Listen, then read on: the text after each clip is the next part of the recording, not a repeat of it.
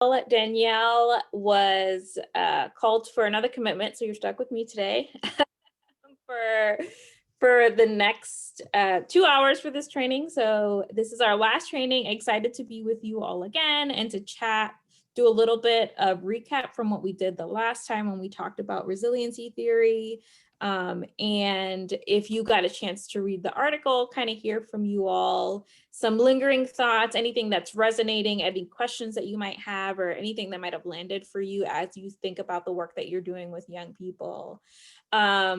But one of the things that I wanted to mention, connected to what Matt just said in terms of building relationships and learning from one another, is one thing I wanted to add in terms of like that's one of the strengths that I think we carry in the youth development field, is that in a lot of the experiences that I've been in working with young people and working with youth workers that work with a myriad of young people dealing with all kinds of different struggles and challenges and programming, is that there are different methods and ways that we think about learning from one another and supporting the work that we're doing.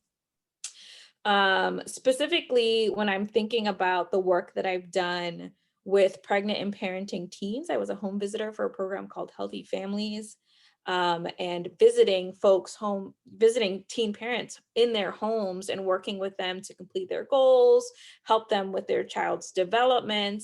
And often what we did on a biweekly or monthly basis as home visitors and case managers is really do case conferencing, right? We bring a case to the table and say, here's a young person that is struggling, that I've been trying to help them. Some of the techniques that I've been thinking about have been working, but some haven't. Like, how would you approach this situation? Or what are things that you have seen that have worked for others that are in similar situations? And so that's kind of one way of doing case conferencing and really pulling together ideas from folks that are doing similar work.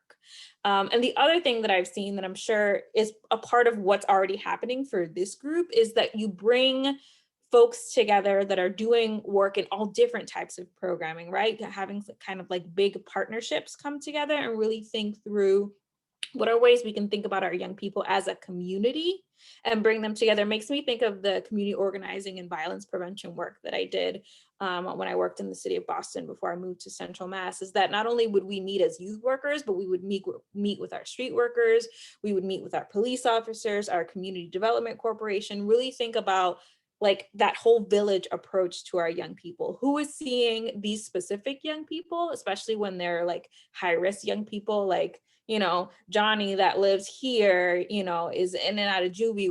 How do you see him? How are you working with him? This is what he presents when he comes to me. So what are ways that we can kind of sort of wrap our brains and our hands around Johnny so that we're all providing support for that young person in this specific way, and kind of do some case conferencing that way with partners from all different type of programs and organizations. So I encourage you all to kind of think through what that looks like for this group.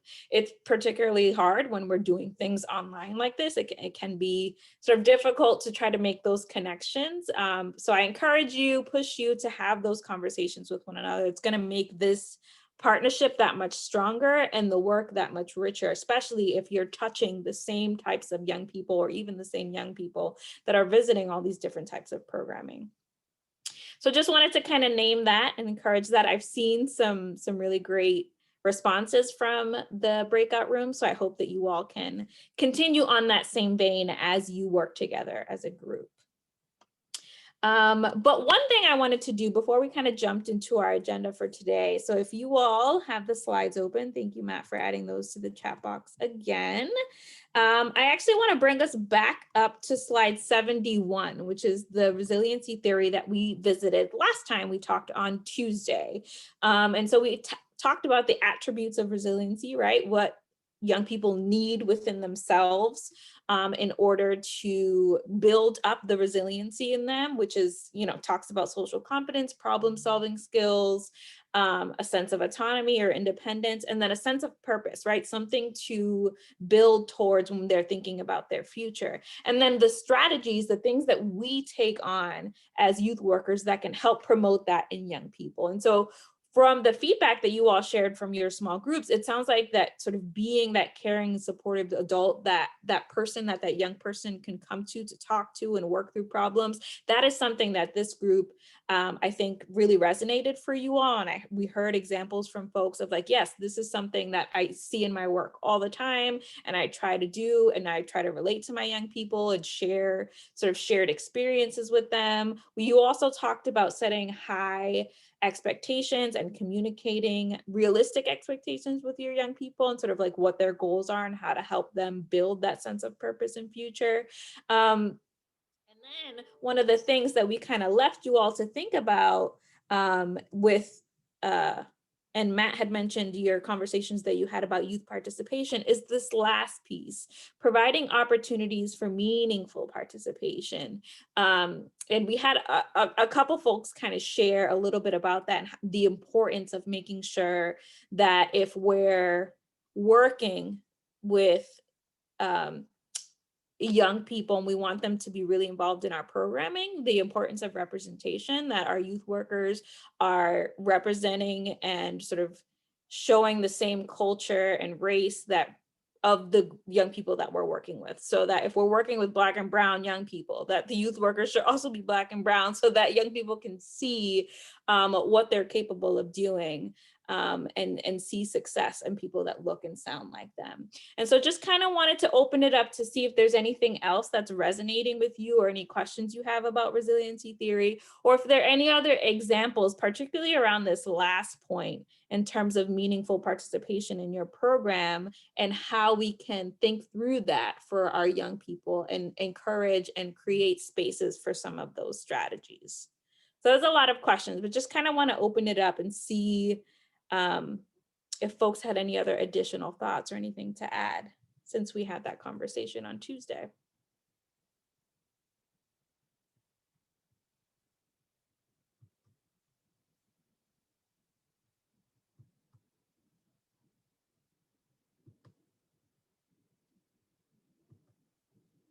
I love how everyone's avoided eye contact with the camera. Like, don't pick me. It's fine if you don't. I just wanted to open up that conversation and see if there was anything else that was kind of lingering in there. And so what I would love to do is to set you out in breakout rooms, because we're going to continue talking about resiliency theory, but we're also going to introduce something, a tool that we use called the stages of change. But while we sort of get ready for the day, I'm going to ask you to join me on slide 74, and we are going to get ourselves started. Great question, Jenny. So we were just looking at slide 71, which was the resiliency theory from the session on Tuesday. And then now we're sort of jumping off and kicking off our session on slide 74. Today is day 4. We are going to continue talking about resiliency theory and supporting our young people in building resiliency through our programming. And then slide 76 are our overall training objectives. This is our last training, so we're hoping we can continue to tie all of the concepts that we've introduced together and finish out our session with you all today. And then, of course, as Matt mentioned in his introduction, making sure that we're upholding our group agreements, reminding ourselves what they are, so that we can continue making sure that we're sort of sticking to what we agreed to do as a group together. So we are going to split you up into small groups. And if there's anything that you want to share in your small group about resiliency theory and things that you're still thinking about, I encourage you to include that as a part of your conversation. We're going to give you a few minutes to talk in your small group, but we also want you to think about this question that we're posing on slide 78. We want you to think about a time in your life that you made a change. And I think particularly could be helpful now that we're sort of in a new year, and a lot of people have kind of New Year's resolutions, even if it's something as simple as like, I'm trying to eat healthier or exercise more, or I want to learn a new skill. What is some time in your life that you tried to make a change? How did it go? Was it easy? And what are the things that you needed in order to make that change? We want you to think about this in your small group and have a conversation. And when you come back, I want to hear about some of the things that came up for you when you think about a one time in your life that you tried to make a change. Does that make sense for folks? Awesome. Head nods. Great. All right, Matt, I think we're ready for those small groups.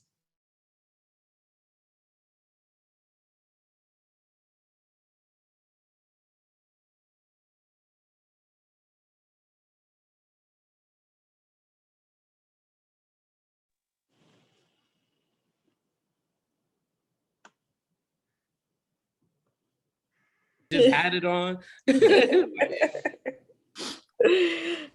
Zoom has its own way of doing things, which is not particularly helpful, especially when you're doing the split screen, when you're trying to look at slides and the folks on the other side and toggling back and forth. I lose my Zoom screen all the time when I'm a participant in trainings because I'm listening, but also doing other things, which I probably shouldn't, but you know, it's the world we live in nowadays.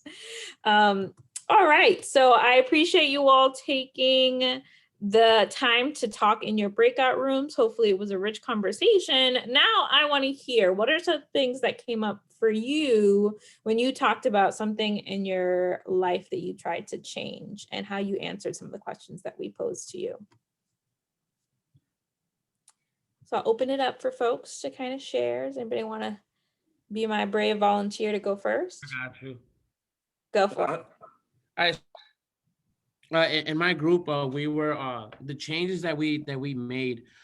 They were all professional and as parents, and what I learned from it was that, sometimes we have to take that step, even though we don't know what we're going into or what we're getting ourselves into. We just have to learn. In our group, I had somebody who just took the step to be a supervisor, and all of a sudden a bunch of doors open as manager, and for two different companies.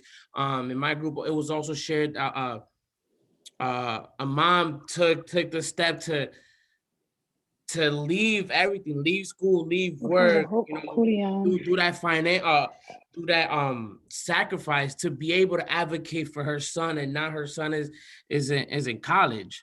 The other one, the change that they made was, take, they were already in the field, but what they did was they made that change to, let me go back to school. And what he realized was the fact that, started taking his job more serious because of school. Another one, she was just now starting to change, now into like an adult, turning 18, and as for myself, what we are, how everything intertwined was the fact that, it helped us as better people, as better parents, and those changes in this field like really, and like in the long run. For you, Michelangelo, when you think about the change that you made for yourself, how did you recognize what you needed in order to make the change? Oh, so what I used was being a better. I was a parent at 21, and at that mindset, like, I didn't know about fatherhood. I was young, making crazy decisions, and what I did was, I started reflecting back. I didn't grow up with a dad. Um, and I grew up with a stepdad that only taught me to work hard to get what you want. With me going to Gandara, working with young kids, youth, and teenagers, what that did was it helped me reflect to be a better parent. Now, I'm able to be a little bit more patient.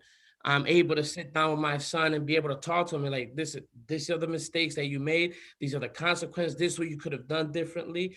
And it just helped me to be a better parent, a better father, and just be there for my son. Thank you for sharing. I appreciate you sort of walking that out a little bit, because I think one of the pieces that I want to pull out of that story is your ability to recognize that within yourself, right? To reflect on your own experiences and then apply them to that change that you wanted to make or that future that you wanted to see for yourself and your child.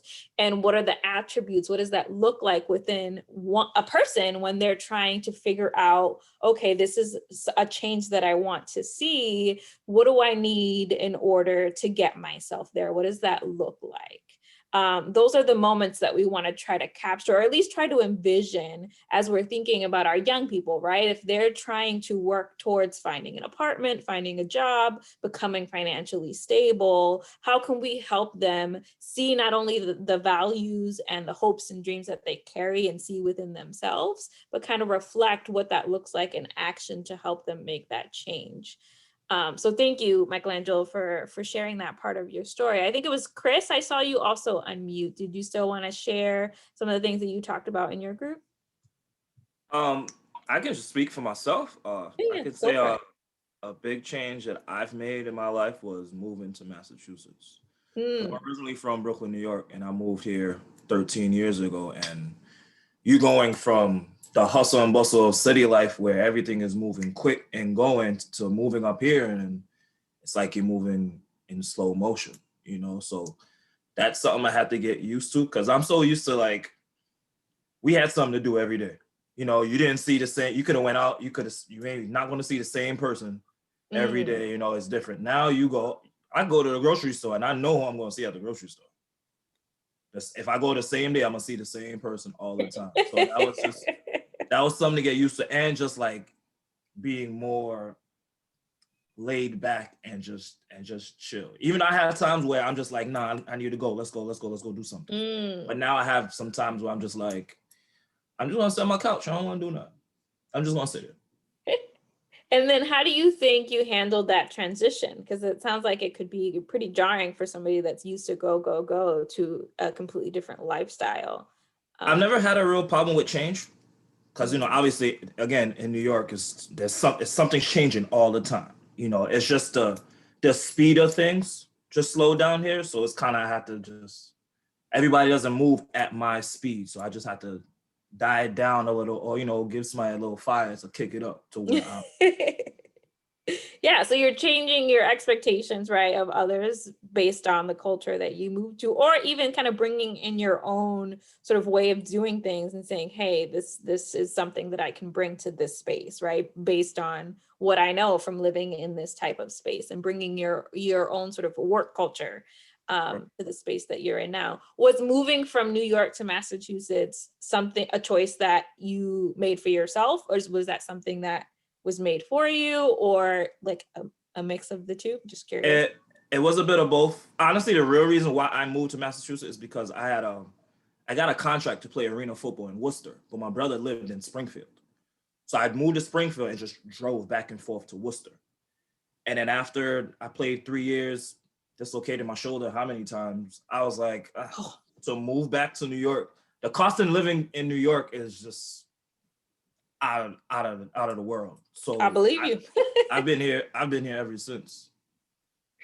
Awesome. Thank you so much for sharing your story, Chris. I appreciate it. And I want you all to think through some of those stages, right? Like what our kind of brain goes through as we're trying to figure out, all right, this is a new setting for me, or a new place for me to go to, and what are some of the strengths that we play on when we're doing big changes like that, right? Completely moving from one state to another, getting used to a different culture, a different neighborhood, a different way of living, like not only what your body goes through, but your mental sort of reset of what that looks like when you're entering into a new space. How about we hear from one more person? And it doesn't have to be a big change, it could be anything that you shared in your group, but what's one change that you made, and perhaps your answer to any of these questions? How did it go? Was it easy? What are the things you needed to make the change? I'll go for group five, Ms. Go Mark. for it, Mark. Um, I know that for me personally, I had to think about it a little bit, but something that's obvious that everyone here in attendance is probably going through, but just the pandemic being the Mm, biggest change as far as what we do, as far as our services here at the Shine program. So my first big thing that wasn't easy was the fact that we had to figure out what to do with kids in shelter. So our kids in shelter usually came in the evening because we're overnight housing. But Mhm. with the pandemic going on and people catching COVID-19, we didn't want them out there being exposed to that. So, so by Emily and our bosses up above and our funding providers was able to come up with a plan to have kids in here 24/7. So figure that out. But my staff, we kind of just got separated. Everybody's somewhere in Springfield. Always being in the same office. So that was difficult at times. But like I said in the group, the power of technology, iPhones, being able to FaceTime people, obviously Zoom, things like that. So we worked it out. But it was a challenge, again, like I said, probably for everybody in here in the beginning of 2020. But we figured it out. Right. And how we face problems when we don't necessarily, it's not kind of like Chris shared, sometimes it's not a choice that we get to make, right? It's Mhm. something that is put upon us, or perhaps kind of um, something that kind of falls in our lap. So like, now what do we do? I didn't necessarily expect this to happen, but what are ways that we can kind of adapt? And that sort of connects to, I think, the resiliency theory that we talked about on Tuesday, right?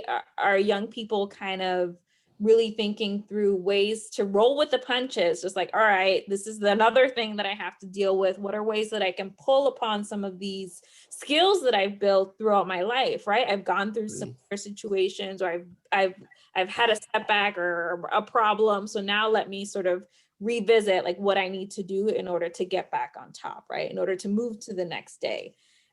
So I appreciate you sharing that, Mark. I think we're all sort of feeling it. Particularly, I find it funny. I think I was talking about this with my supervisor the other day as I was reflecting in all the trainings that I've been doing, this one included. It's just like, it's been a year since our office at least has moved all of our trainings to online. We're not doing anything in person for at least up until the fall, if not longer. We're a public health organization, so we have to err on the side of caution. But as a trainer, this is what I do every single day, how much I have to turn myself on in a different way to be on as a facilitator in front of the room without having that energy in the space, like being with people. I recognize for myself how much I garner from the groups that I am training with and working with, and what a shift I need to make within myself in order to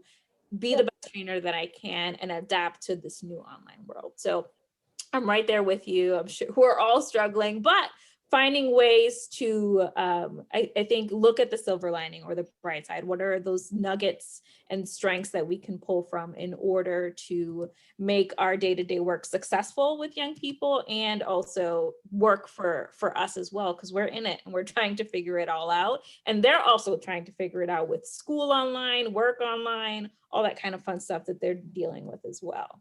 Mm-hmm.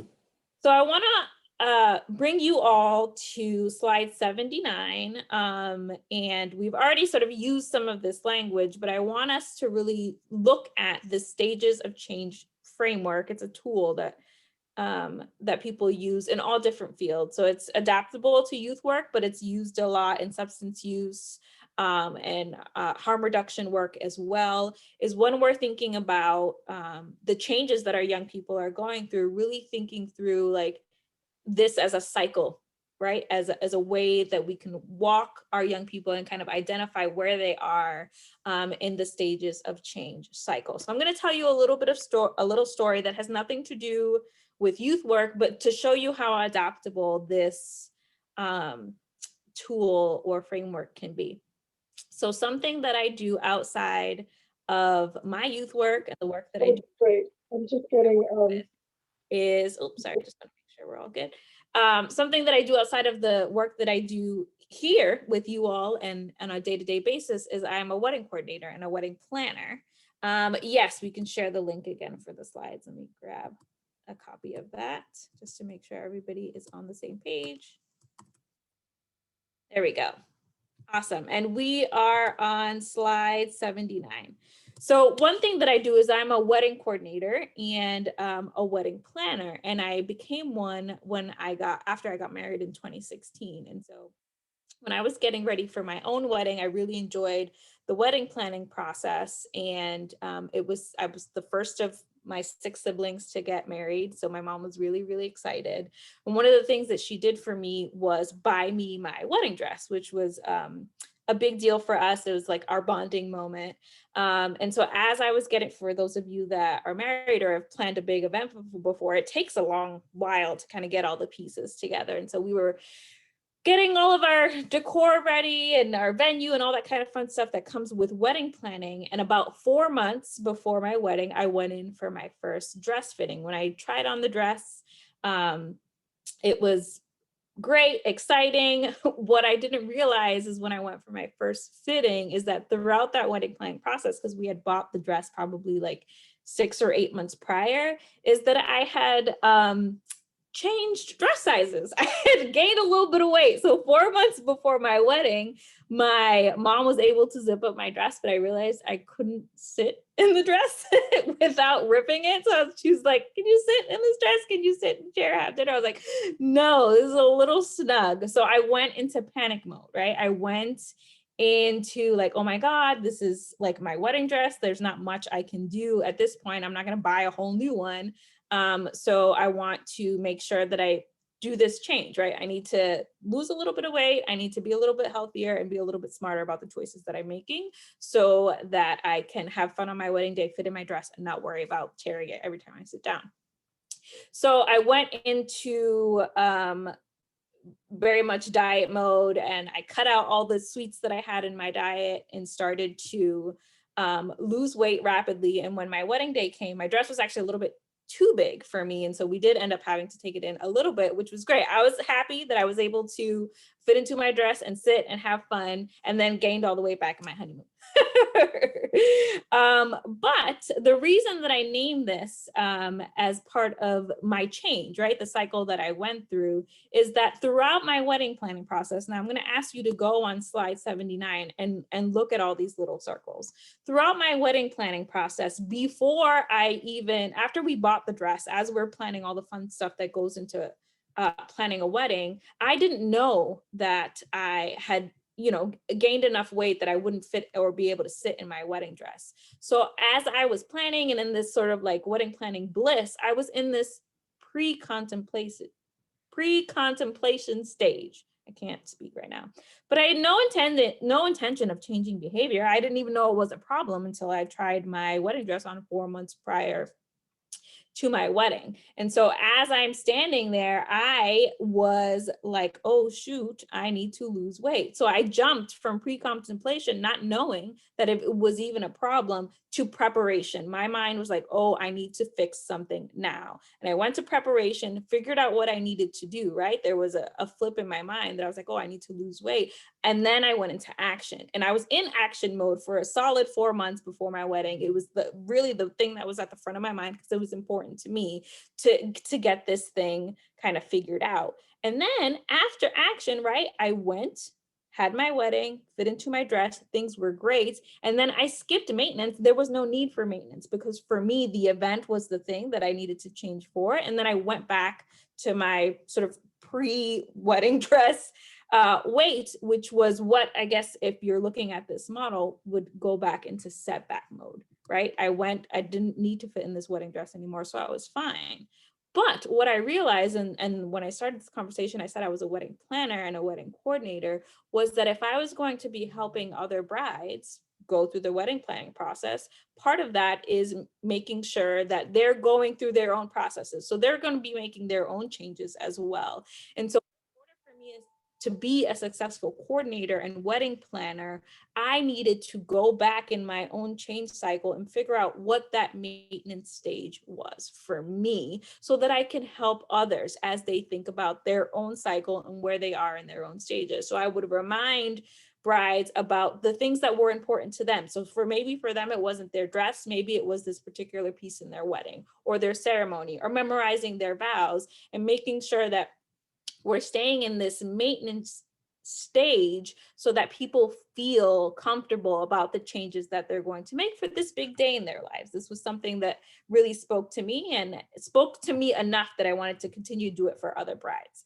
and other people getting married. So that's sort of my change cycle. That's the way that I move through. And what's really cool that I find about this particular model and the way that we use this tool is that it's not linear. It's not like you start here and you finish here. It is a cycle. And sometimes you go through each and every single step, and sometimes you don't. Sometimes you skip a step and you go straight into action. Sometimes you're going back, right? You have a setback. It doesn't mean you have to start all the way at contemplation. That doesn't make any sense. Maybe you're moving back towards action or over towards maintenance to make sure that you're getting yourself back on your path. And the same for our young people. Just because they have a setback or they run into a bump in the road doesn't mean that they're going back to step one, because they've already completed a bunch of the steps, right? They already know the skills that they need in order to get to that maintenance stage, or a stage that feels comfortable for them, that they know that they're working towards their change. So what are ways that we can think about having these conversations with our young people? So I would love to open it up. So I want you to think about a young person that you're working with. Perhaps they're working on something or they're dealing with a problem. If you were to identify where they are in their own stages of change, what would you say the step that they're in? So I want you to think about a young person. You don't even have to say who that young person is. Just think about where they are, perhaps a change or problem that they're dealing with. Where do you think they are in the stages of change cycle? I would love to hear an example from someone so we can kind of see this in action.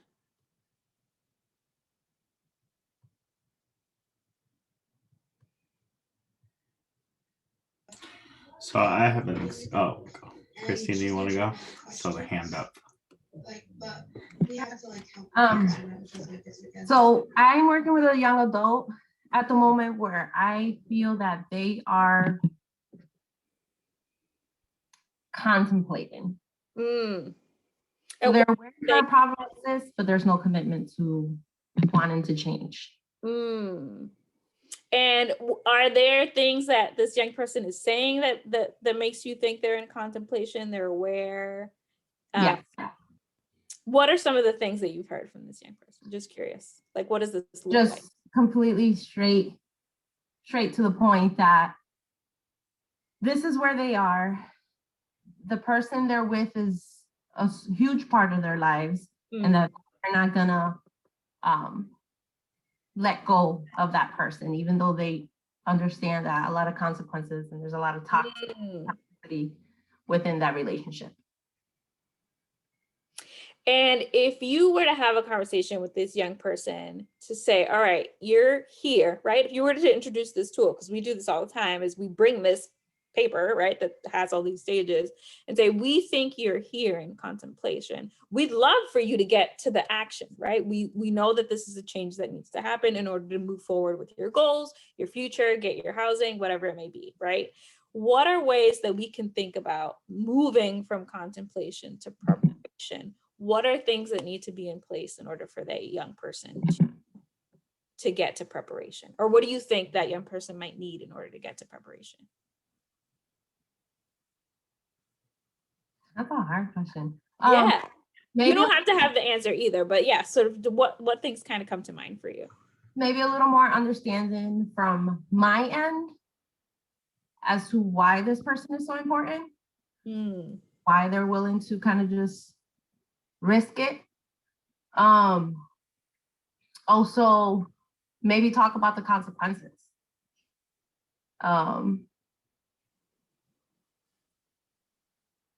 Because we sort of touched base on it, but we haven't really gone into depth. And I feel maybe that's something that needs to be spoken of more in depth so that he gets the whole picture, not just scratching the surface. Right. Yeah, so it's getting at that nuance, right? Like there's something there, like for your young person to even recognize the problem, that's a huge step, right? To know that this is something, a change or an issue that they're dealing with or change that they need to make. And then it's about really taking it little by little. All right, so we know that this is a problem. We know that we want to get here. So there's this space in the middle, right? Of like, all right, how do we move a little bit closer? and what are the steps that you need to take. And it's not necessarily you doing the steps, right? We don't want to do the steps for our young people, but we want to identify for them, like, if this is where you are and this is where you want to be, like, there's a gap there. So like, how can we move you closer to the side? What does that look like? And what are ways that I can support you through that? Sergio, I know you also unmuted. So thank you, Christina. I appreciate the example. I think that's how we can continue to use these tools, is really kind of think through our young people. Is there a story that you have for somebody that you're working with and where you think they are in their change cycle? So I have someone that comes to mind, and it's interesting because I feel like the person is between contemplation and action. So I see the youth taking action and really making strides to move forward and, you know, deal with the situation at hand. But then there's moments that they step back and they're like, maybe this isn't for me, it's not working. They just stay stuck, and then they're contemplating like other ways to deal with the situation. And it's kind of like you said, it's a linear kind of thing. They go from action to contemplation, action to contemplation, but I never see the person dealing with the situation in the entirety. They just keep going back and forth. And what do you think is causing them to kind of go back and forth? Do you have any theories or ideas of like what's having them straddle those two pieces? I think a lot of it is like family dynamics. This is a youth that comes from a household where there's kind of the Hispanic mentality on mental health and dealing with situations. So mental health makes you weak. It's a young male, so mental health makes you weak. You can't show what you're feeling. So he goes through motions where he's really wanting to deal with the problem and really doing what he has to do, and then he kind of stepped back into his natural instincts and his home life, and he's like, maybe the same for me, like no one's supporting me. He gets stuck, and it's really hard to get him to maneuver it. But once he's taken action and really dealing with it, you see like the light flicker on a little, like but you're not really seeing like the full change that needs to that can happen. So it's hard. It's a really hard situation. I can imagine. Yeah, it feel like a big step to go from like action to maintenance and sustaining that change, particularly if your environment is not supportive of that action or that change that that young person is trying to make, and how much of a setback that can be. Because right, it almost sounds like that young person is going to action, having that setback and not having that support system, and then going back to like, maybe I shouldn't be doing this. And that in itself can become sort of a negative cycle in terms of where they are in their change process. And it's hard because hard, yeah. I explain to new workers that are working is, you know, we see the light for that hour or so we're with them a month, because with me, I'm with my clients an hour a month because our caseload is so high. So you see that light. Yeah, I see like 50 kids a month. So you see that light for that moment. But I tell the new workers, if I was able to be with that kid way more than I'm capable, I'm pretty sure the youth or the young adult will move forward. But it's unrealistic expectations. Like this kid is, or this young adult's going back to his natural environment where, you know, things are changing and altering. It highlights for me the importance of making, as much as we can, making the best of the time that we have with our young people. So we're building up these skills within them, right? Because if you're only seeing them 1 hour a month, there is almost possible in terms of being able to kind of go through the problem from start to finish and say, ta-da, like you've gotten to this success point, particularly if they're in an environment that's not supportive of the thing that they're trying to change, right? So what are ways that we can build these skills within our young people so that they carry it with them outside of that 1 hour that you're seeing them, or of that time that you have with them, in order for them to build up those skills and strengths in these so that when they do face those setbacks and those challenges, they feel more equipped to continue on to that maintenance or to maintain the change and that positive action that we want them to see. So thank you all for indulging me and walking through that stages of change. This is one of my favorite frameworks when it comes to talking with people one-on-one, especially if you're like in a case manager role. It helps as a visual learner, it helps me kind of see how to have that conversation with that young person. So I can name where they are, but they can also kind of see like, oh, I think I'm here. That's also a really good conversation to have with your young people. If you think you're in action and I think you're in contemplation, let's have a conversation about what those actions look like and see kind of where it all falls so you can show me why you think you're in action. I can show you why I think you're probably on this step. And maybe we can sort of figure out what are the next steps need to be in order to make it to our success point, whatever that looks like. One of the other techniques, as we're talking about the stages of change and meeting with young people and helping them kind of build up their resiliency and their developmental outcomes, are these active listening techniques, which sounds like you all are already doing when you're working with young people, which are on slide 80 and 81. There are 6 of them. And so we can do these are some of my favorite tools also to use as a facilitator in groups. And so we'll go through these really quickly because we're going to do some scenarios next. So we're going to break into small groups. We'll give you some scenarios so you'll get a chance to use some of these tools based on the scenarios that we give you. So on slide 80, you have 3 different active listening techniques: encouraging, clarifying, and restating.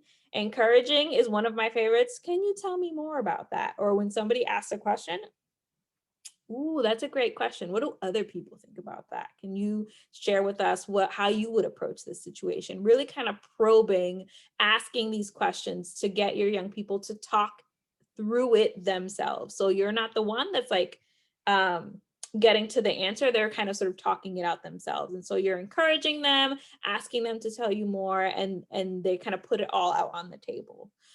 Clarifying is a good one, making sure you're kind of understanding what it is that you're hearing from young people, and getting the details out. When did that happen? Who was that with? And how does that play into what it is we're trying to figure out? And the same thing with this last one on here, which is restating. So it's sort of another way of getting to that clarifying point. You're restating what they're saying just to make sure everybody has the same information and all the same details in terms of active listening. The slide 81 has 3 more, which are very similar techniques in terms of doing with young people, which is reflecting, summarizing, and validating, right? Reflecting is being that mirror and sort of identifying the emotions or the energy that you're seeing from the young person that you're talking with, right? You seem very upset, or perhaps this is a place that you find yourself really comfortable at, right? Or you like this new job, is that right? Yes, no, maybe, right? What are you getting when you're reflecting back what you're seeing from that young person? And are you seeing the right emotion, or are they displaying something that perhaps you're not seeing? And then digging into that conversation a little bit more. Summarizing is really good for the end of the conversation, right? You seem to be, this is what we've talked about. Does this make sense to you? Do you have a clear picture of what this conversation was and what our next steps are? And then validating is always appreciating their willingness to resolve, to share. Thank you for sharing. I can recognize how that might feel going through that experience. Or if that happened to me, I would also be upset. Like, validating their emotions and their experiences can be really powerful for young people, because I don't know if anybody else has this, but I always do this check with myself and with my friends and with my sisters. I have 3 sisters. They're always like the am I crazy check. Like, this is the scenario that I'm dealing with. Am I crazy for feeling this way? Like that. And so when I hear from them and people that I know care about me, that like, no, you're not crazy. If that happened to me, I would also be mad, happy, sad, or whatever that emotion is, being that person that's validating those emotions. can be a really powerful tool for young people to help them figure out how to get to success when it comes to dealing with change or a problem. So in a second, we're going to put you back into breakout rooms. Oh, Matt, go ahead. No, I was just going to say, well, a couple things. Gina, remember, you are the host now, so you have control of the breakouts. But also, something that resonates with me from the transition from slide 79 through slides 80 and 81 is to get to a place of active listening, you have to engage first, right? You need to create this environment where you're able to walk them through these elements, these stages of change. And that presents a couple problems, right? So you're engaging them. And so you need to very humbly quickly go from I'm approaching you, I'm asking you in a way with tact, with skill, with self-awareness to engage with me. So I'm the one who's initiating action, to immediately being willing to leverage all of these active listening skills, which causes you to actually step back. So we need to be aware of ourselves that not only when we're engaging, are we engaging in the right way, or engaging in a way of openness, and engaging in a way that meets them wherever they are in their stages of change, but then we need to very quickly go from we're presenting to we're absorbing, we're actively listening. So as you're in these groups, I just want you to be aware of, as you see these scenarios, you need to get them, you need to engage them in the first place, right? So there's those tactics, but then you need to be really aware of implementing and intentionally implementing these active listening skills, so you don't stay in the engaging space where you're taking up all of the space and preventing them from actually sharing and actually providing you with that conversation that's going to help them potentially move forward.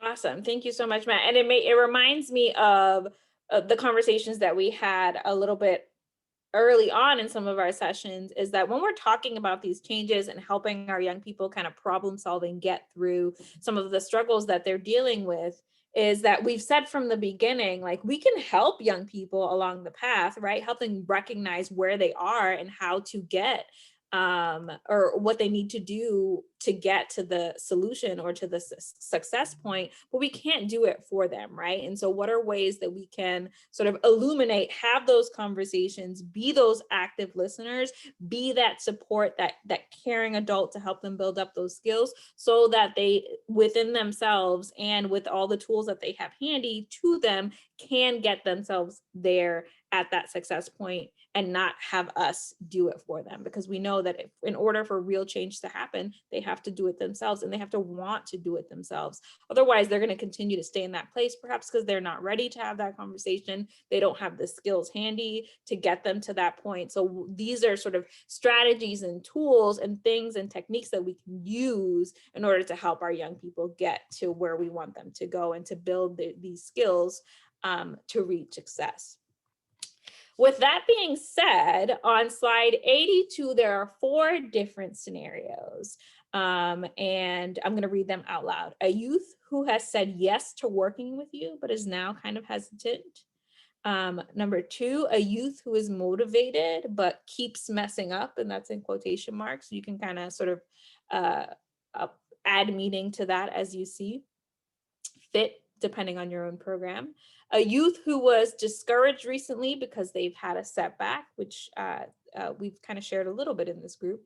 And then a youth who's incredibly resistant to anything you suggest. So it doesn't matter what you're suggesting them to do, they're kind of pushing back. So I want you to take, in your small groups, we're going to put you back in small groups. I want you to pick one of these scenarios that you're going to talk through as a group. And given the conversation we just had about these active listening techniques and also the stages of change kind of model, I want you to think about these scenarios and these young people in particular, based on whichever scenario you decide to focus on as a group. And how would you respond to this young person? How would you use these active listening techniques, or how would you use the stages of change cycle to have a conversation with this young person to hopefully get them back on track? So that they're moving towards action and maintenance and creating success in their lives. And what does that look like? So how would you use these tools? What would you say?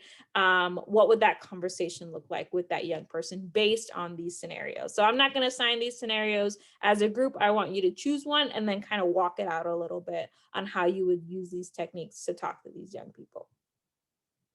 Does that make sense to folks? Does anyone have any questions about what we're asking you to do in this small group? Give it a second. All right, so let's do some breakout rooms. And I think we're gonna put you back into the ones that you were in before. And I'm gonna open the rooms.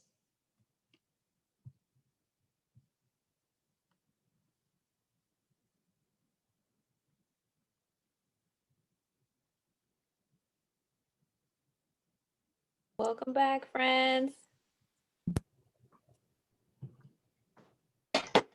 Give it a minute, see if we can get the rest of the groups to join us. Well, they won't have a choice in about 30 seconds anyways.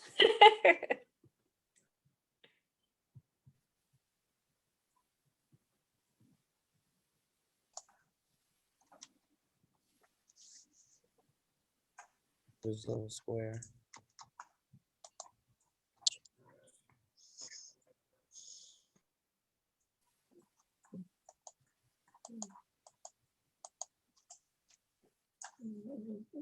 All right, I think. I need her to call this number. All right, I think that's everyone. So before we kind of do some share backs and hear how you all approach those scenarios in your breakout groups, we're going to do a quick 5-minute break. So it's Do me a 11:20. favor when you're done with that. I will I'm see gonna you be. all at 11:30. So feel free to turn off your camera and I will see you back here in 5 minutes. We're blind to and be able to avoid that. I appreciate you naming the fact of like how hard it is intrinsically as humans. We want, especially if we relate to our young people. When I became a home visitor helping young and parenting teens, the reason I got into that work is because I was a young parent. I had my son at 19 years old. So I wanted to help other young people. And so when you see your youth in your program going through similar situations, it's very natural to want to be like, this is how you get out of it, or this is how I did it. I would love for you to do the same thing, right? And how it forces us to take a step back and to be in that neutral, sort of non-judgmental space to be like, all right, what are ways that you see these barriers? What are ways that we can kind of get you over them, or get you closer to this thing that you want to do or say? And even identifying before those barriers come up, like, what do you think would prevent you from doing this or from making that choice, so that you can identify it beforehand and help them work that out so that they have better chances of success and what those conversations look like. Great that you all brought in sort of like real life scenarios in your work, because yes, that's the way that we can start to really put these techniques into place, which I'm sure you're probably already doing. Is by bringing in the work that we're doing with young people and how it applies to some of the techniques that we already have talked about today. So thank you for group 2. What about group 3? What did you all talk about, or what came up for you with the scenario that you chose?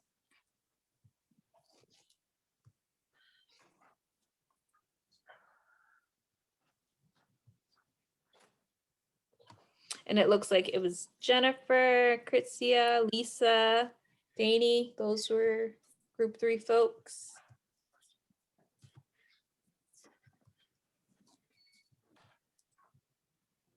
Does anybody want to share what came up in group 3?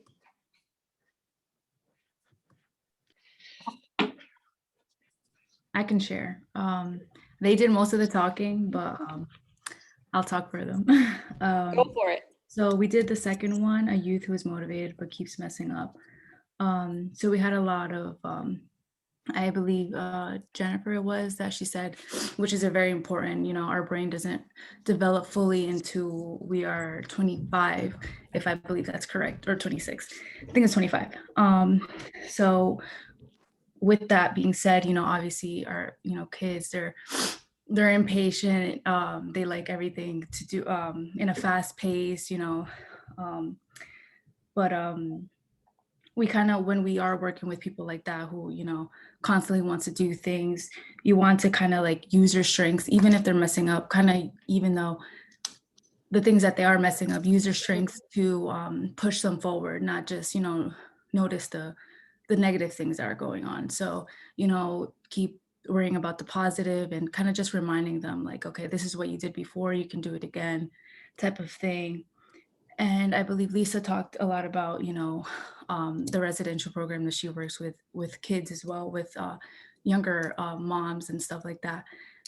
So she had a whole story. I don't know if she wants to share it, but it definitely shows that, you know, even changes, it takes time. So obviously, even though it might not happen within a year or months or in a year, you kind of have to be patient with them and hopefully, you know, find strategies and tactics that will help them move forward.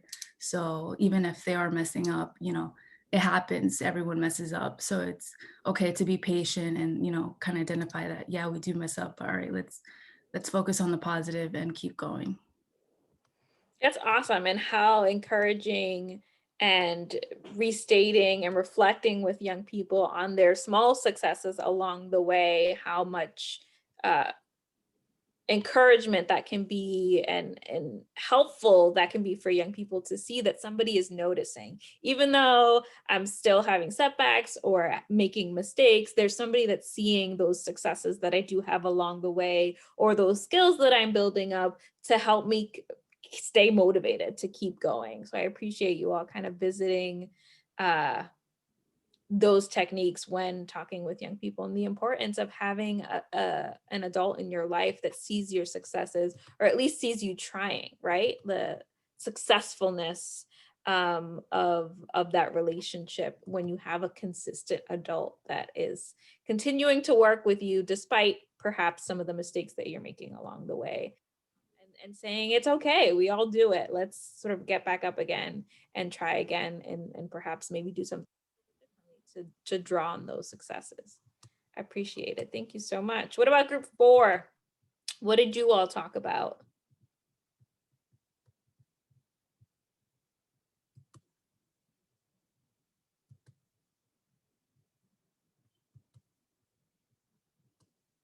I don't know if we're group 4 or not. Are we group 4? Okay. Yes. So we did the same one, youth who is motivated but keeps messing up. Mhm. And as soon as I read that, I'm gonna be completely honest, the language just took me aback. Just the idea of messing up. Like, what does that mean? Like messing up. Like I wanted clarification. I wanted to understand why that language is used, because you know, is it a mess up or is it a setback? Is it a challenge? Is it something you're facing? So I think my first approach would be clarification, just really speaking to the youth about, what do you mean by messing up? Like, what is this? Is it just a challenge? Is it something that's happening in the moment? And we also focus a lot on validating. Like, we see your hard work. We see the 100% you're putting in to get better and, you know, move, and you're motivated and you're continue working. So we're seeing it. Like, I think a lot of times they just want to be acknowledged for the work that they are doing and not for the mess up that they're in right now. So I think we spoke a lot about that. We also spoke about, you know, really allowing them to sit in what they're going through right now. Like allowing them, Christina mentioned that a lot of times, you know, they just want to enjoy their moment. Like they want to have a moment of sorrow, a moment of like, damn, this is happening to me. And then just allowing them to enjoy that moment and not immediately just work. I think I mentioned also about a lot of times us as youth workers, we want to pick up every time. We want to be there. You know, these youth are babies, so we want to nurture and protect, and we don't want them to face challenges. So we're quick to just step in and like giving them the moment to like, what are you gonna do? Like allowing them to develop those skills, because if we're there every moment, there's gonna be a moment when we're not there, and they don't have these tools to get themselves up. Exactly. There's going to be many moments when we're not there. And what are ways that we can continue to help them fill their toolbox, and what does that look like? I love the way that you started that out. The first approach is clarifying what what do they mean when they say it keeps messing up, right? Oftentimes, particularly with young people that are at huge risk or that have been in a space where they working with a lot of providers and receiving a lot of programs, have a negative self view of themselves if they've gone through a lot or dealing with a lot of setbacks or challenges. And sometimes it's about talking to them about rephrasing the way that they're looking at their current situation, right? Like, you're not messing up. This is a very normal thing for young people to go through. You're learning, and perhaps it is a setback or a challenge that you're going through. And the reason that you're meeting with me or a part of this program is for us to help support you to see that you can overcome, or that you can build these skills, and that you are capable, and validating those emotions, because they can both be true. You can have an issue, a challenge that you're dealing with. You can also have all these wonderful, beautiful strengths that we want to uphold. And what does that look like when you're doing both at the same time? That's a very human experience to deal with, and being able to bring in all the techniques that we have at our disposal, along with our own story, helps build and fortify that relationship with the young people, and build trust, so you can get at those deeper issues that are living within our young people and their lives, and what they're going through, to help them get there. So I appreciate you all kind of digging in there and going through that. That was group 4, I believe, right? Did I just say group 4? Yes. So group 5, what did you all talk about? Did you all go with a different scenario? Or was there something else that came to mind as you were talking? So we had picked the scenario of keeps messing up. Mm-hmm. But I found something interesting, specifically with the Roca staff that we had in there with us. Roca has something where they say they encourage mistakes. Also, every day, I've heard this before from Jaira in a different group I was in with her, that what they do every day with their clients as they come in, they ask them, how are you feeling today? How is everything? Is anything going on? And then they start a conversation immediately, like as soon as someone walks in. So if someone comes in with, last night I got kicked out because, I was smoking weed, they're already engaging in that conversation from the time they come in. And I think that's great, because that sets them up for the rest of the day to be positive, because they at least got it off their chest. So I thought that was a different angle on, as far as people like messing up. And as far as it being, let's say, someone who keeps messing up, everyone was just kind of saying the same things, and everything that's been said in here today. You got to validate what's going on first. You have to encourage them to keep going, things like that. So we got to just set a little bit of everything that everybody said already. Nice. I love it. I love those pulse checks, like right at the beginning when young people are coming into program or to group. Well, how can you gauge where they're at in that moment, what they're coming in with, and what are ways to create space for them to name what it is they're feeling, going through, that they're willing to share with you or with the group that they're engaging with, and addressing it right head on, right? Those tools that are at our disposal to help our young people fully participate and fully come into that space, so that we can have these conversations at a deeper level, or at least kind of address where they're at, so that we can celebrate those successes and those good moments, and address when things are not going so great, and meet them head on, right? What does that look like? Yes. I love it. Thank you, Mark. And then last but not least, I believe we have group 6. That was group 5. Yep. So group 6. What scenario did you all tackle, and how did you approach, or what techniques did you use to deal with the scenario?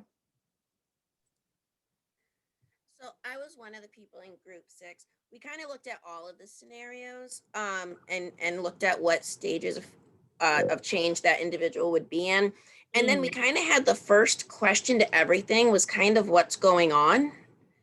And then that conversation would depend on the individual's response. Because I think a lot of this stuff, we looked at it as like a symptom of what's going on outside of their life. So like, maybe I told you yes, but maybe I changed my mind. Or maybe you think I'm messing up, but maybe something's going on that caused that. So we kind of started everything with just kind of, coming from a non-judgmental, if you're really looking at person-centered care, what's going on with your life, and let's chat about it. So Anyone else from group 6 jump in, please?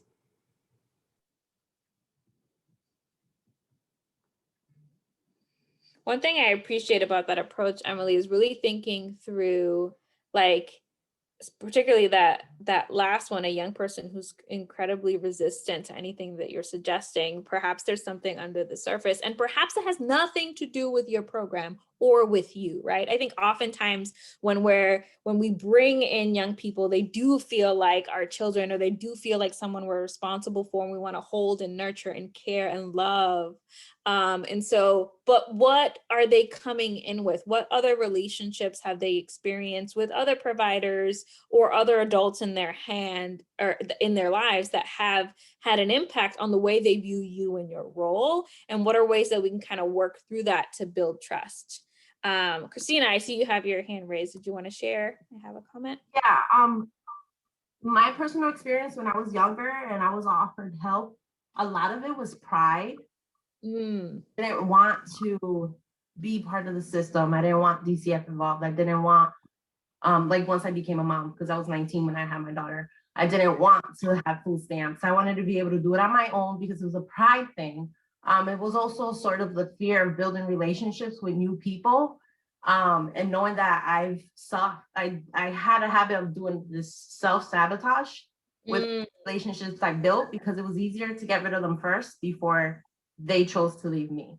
So I feel like a lot of that played, like I see it a lot now with some of these young adults. It's hard to establish that relationship. You kind of think you're getting there, and then something happens and they kind of just pull back. And now that you mentioned that, it's sort of just thinking like, holy shit, like, excuse my language. It's something that I've done because of fear, and fear is such a big thing. And it's like, how can we get through that or show them the skills or the tricks to kind of overcome that? Because it is a scary thing and a scary place to be, especially at that age.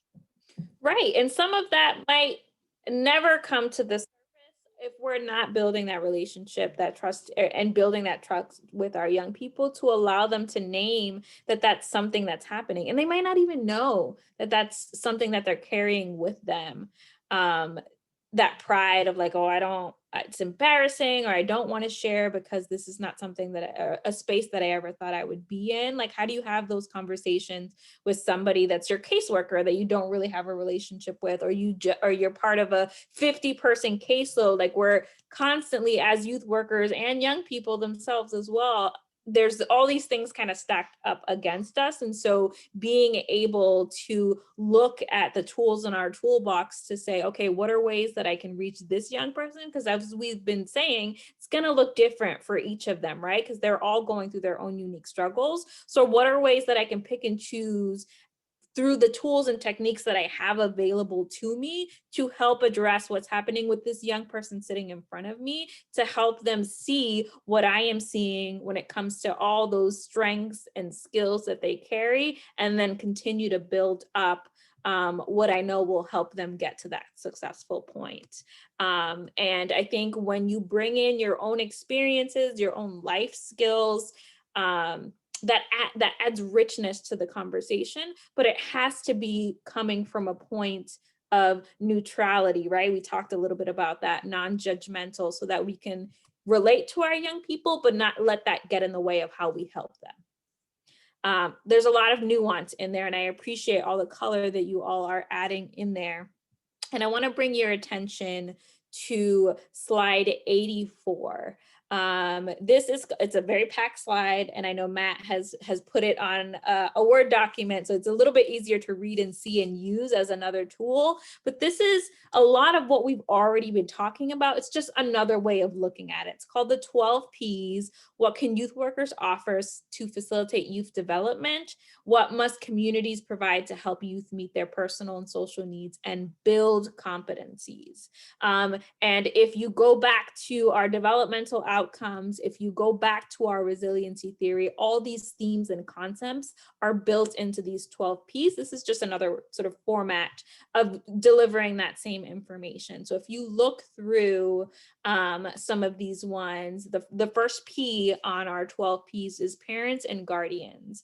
Youth need to be cared for, supervised, and guided by adults with whom they live, right? The importance of having those caring adults in your lives and how much a positive support system is successful or is helping young people reach success when they're working and living in an environment that is supportive of them and the goals that they have for their lives. A little bit broader outside of those parents, right, are the people that youth need strong, stable relationship with more than one adult, that you are a part of that network, a part of that piece to the puzzle, but that you are not the only one, right? What are ways that we can call on and tap into those partnerships with other programs and other people that our young people are interacting with? And I'm not going to go through all of these. I encourage you to do that, but I did want to name some of these as well. And number 3 was another one that I wanted to name. Youth need places to hang out, sleep, be active, escape, and explore. And I know a lot of you are working with young people that are experiencing homelessness. So what are ways that we can help our young people build and create spaces for them to feel safe, that safety and structure piece, so that they have a place to lay down at the end of the night? What does that look like? What are ways that we can have those conversations? Because we know that particular piece is integral in helping our young people become thriving, successful young people that are able to build resiliency when they feel secure, safe, and they have a place that they can call home. And sometimes and we all know that that's not going to happen overnight. So what does that path to that sort of success look like? And what are ways that we can have those conversations and build? So with that being said, I know these slides are going to stay in this place. So we are going to so you'll be able to access the links. They'll still be live. What we're going to do is close the editing process. So all of your comments, all of the brainstorms, all the notes that you've taken in your slides, they live with this group and you'll have access to them. Matt has the recording. So I encourage you all to revisit all of these concepts and conversations as you build throughout your training. And what I'm going to ask you to do as our way to kind of close out this session and kind of bring all of these pieces together is I want you in the comment box to type up one thing that you're going to do to help build resiliency up in your young people. What's one thing that's kind of sitting with you as we've talked about developmental outcomes, resiliency, change, supporting our young people? What's kind of one thing that is sitting with you that is something that you will do to help your young people build resiliency? And I would love for you to type that into the chat box. We'll review it a little bit and then we'll close out the day. So typing, I'm going to open it up to Matt. Go for it. Yeah, I'm just gonna say, because I have I'm gonna run in a couple minutes. I will leave it open for those of you, so I don't artificially close the meeting too early. But remember, you will get your email in about 5 minutes. Please fill out the surveys. They're so helpful. Thank you to everybody who jumped on that, and it helps me keep attendance. So you can get some credit for being here. It has some of the resources that we talked about today, and I'm so excited for our peer session. It's got some homework in there that really is self-reflection. So asking you to take some notes based on what you've worked on the last 2 weeks as you're back with your organization. I want to hear how these things go when you're working through them with young people over the next month. And that is going to guide our discussion that we're going to have in March. So please take a look at that. You'll get it at 12:05. Survey first, then look at the rest of it. And thank you all so much for being here. And I'll turn it back to Gina and say goodbye. Awesome. So yeah, appreciate all of the wonderful nuggets that you all are kind of leaving here in the chat box. Matt, I love that you're sharing. We have 2 ears and 1 mouth, which means we should be listening twice as much as we're speaking, and listening to listen and not to respond. That's one of my favorite things to say. Validating our young people, encouraging them, understanding them, really highlighting the person-centered care piece here. And encouraging our young people as much as we can to consider the possibilities and recognize their own strengths, because our young people come with a whole host of skills and abilities, and they are capable, and they don't hear it enough from the adults and the people in their lives. So the more that we can encourage and continue to be that cheerleader for our young people,